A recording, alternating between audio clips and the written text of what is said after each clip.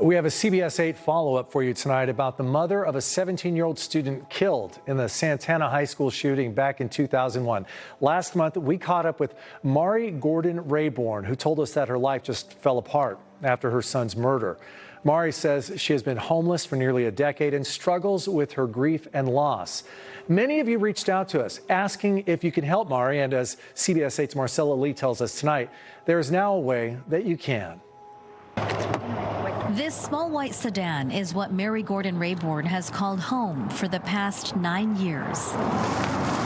All of her belongings tucked away in bags, all of her memories kept alive in her heart. This almost killed me, losing him.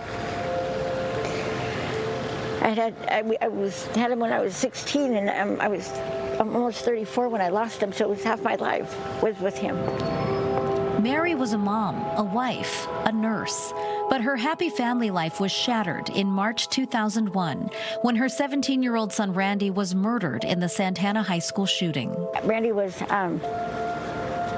he was my best friend too. We grew up together, so I miss him every day. We found Mari after months of searching the streets of El Cajon. We wanted to know her thoughts about her son's killer, Andy Williams, getting a chance at parole. Williams was 15 when he murdered Randy Gordon and fellow student Brian Zucker. Mari told us she believes Williams should never be released after inflicting immeasurable trauma on her and so many others. I don't think I would be out here, and I wouldn't have went through the things I went through out here. I've been kidnapped. I've been raped, I've been beat up. I don't think any of that would have happened if Randy was still here. Mari is frail, suffers from medical and mental health issues and substance abuse. But she told us she's hoping for a chance to put her life back together.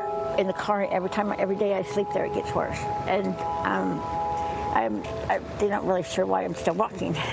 So housing would be great. After our story aired, viewers reached out to us asking how they could help Mari. So we try to get all of our supplies out to our outreach team. So we partnered with Home Start, a nonprofit dedicated to preventing child abuse that also helps people experiencing homelessness in San Diego find a safe and secure place to live. We have some therapy offices, so those doors are typically closed. Laura Tancredi-Basie is Home Start's CEO. The staff started talking to me about it. I went, oh gosh, wow, and remembered sitting in front of the news that day. Laura remembers watching the coverage of the chaos and tragedy at Santana High and says her heart broke when she saw our story on Mari and the shooting's devastating impact on her life. Something to that magnitude is really considered a catastrophic trauma, a horrible loss that you didn't see coming and done in such a painful, horrific way. You know, as a school shooting is one of the worst things, I think, as a parent and a grandparent, our worst fear that we could ever imagine. Home Start just launched a fundraising website to help pay for a hotel room for Mari until they can find a more permanent option. You know, if somebody wants to donate $5, any amount, we're going to pass that on to Mari, and so we've arranged for a motel room for her, and our goal is, of course, you know, to just be that support that she needs. More than a dozen people have donated to the fund so far, raising more than $700 in just the first few days. I just want to thank CBS 8 for coming together in a beautiful kind of new way, I think, which is saying, here's a story, but it's so much more than a story. It's a person. It's a human being who's experienced a catastrophic trauma in her life.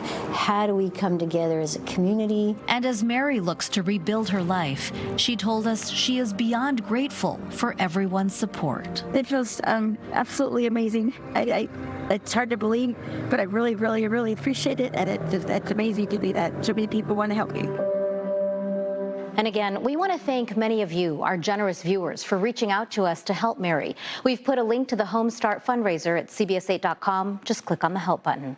As for Andy Williams, 2 weeks ago, the California Parole Board denied his release. He could be eligible for parole again in about 18 months. Marcella Lee, CBS 8. Thanks, Marcella. You can see the intersection of people who are a little bit vulnerable to this kind of thing, but a devastating blow with that, and then not having the support and resources available, and that's where you end up. Catastrophic trauma. She's lived it and lives it every day. She's reminded every day she gets in her car to sleep for the night. Let's hope for better for her. And thanks for your support to our viewers. Yes. All right.